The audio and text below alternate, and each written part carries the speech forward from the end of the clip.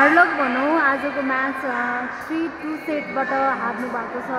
So यसलाई कसरी लिनुहुन्छ?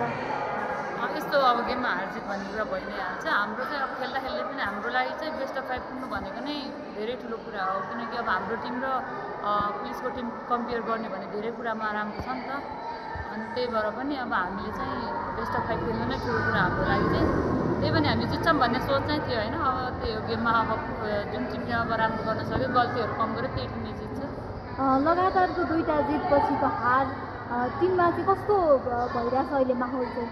यस्तो अब इजी टिमसँग सुरुमा अब इजी टिमहरूसँग भएर चाहिँ अलिकति अब त्यस्तो गेम पनि खासै राम्रो भएको थिएन। अब नयाँ नयाँ टिमहरू थियो होइन।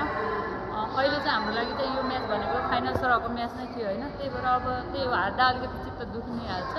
गेममा अब त्यो मोरल डाउन गरेर जाने कुरा भएन। सुरुमा 2वटा सेटमा चाहिँ भनौँ न पुलिसले नै राम्रो अङ्क ल्याएको थियो। देन त्यसपछिको 2टामा यहाँहरू हाबी हुनुभएको थियो।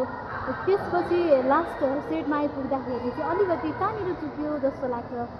हाम्रो चाहिँ जुन अब रिसिभ डिफेन्स अलिकति कमजोर भएर नै हो, अनि स्पाइकहरू पनि किल भएन भनौँ न चाहिने बेलामा। त्यही भएर नै अलिकति टिममा तालमेल नमिलेको। ब्लकिङमा पनि थोरै समस्या देखिएको हो?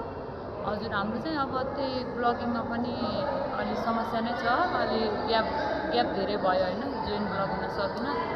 गेममा त्यही हो, भन्नु नसकिनँ अब लिफ्टरले कस्तो तरिकाको बलहरू खेलाउँछ भन्ने नै हो। अब लिफ्टरको पनि माइन्ड हुन्छ नि त होइन, लिफ्टरले नै अब कसरी बलरलाई फटाएर खेल्ने भनेर हो। अब तिनी पुलिस टिमले चाहिँ अब त्यो स्ट्राटेजी बनायो होइन, जित्यो।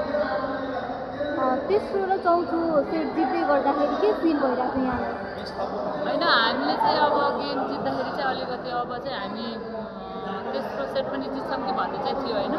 तर अब पोइन्ट लगातार गइसकेपछि अलिकति अब चेन्ज हुनुपर्ने बेलामा नहुँदाखेरि अलिकति मन चाहिँ अलिकति नै भएको थियो भनौँ न होइन, निराश नै भएको थियो।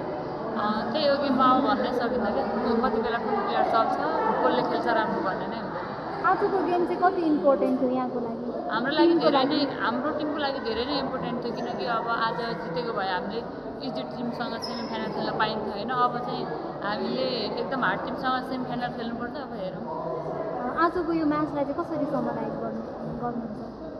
त्यही हो, अब गेममा अब अलिकति होइन हाम्रो चाहिँ के मिलेन होइन।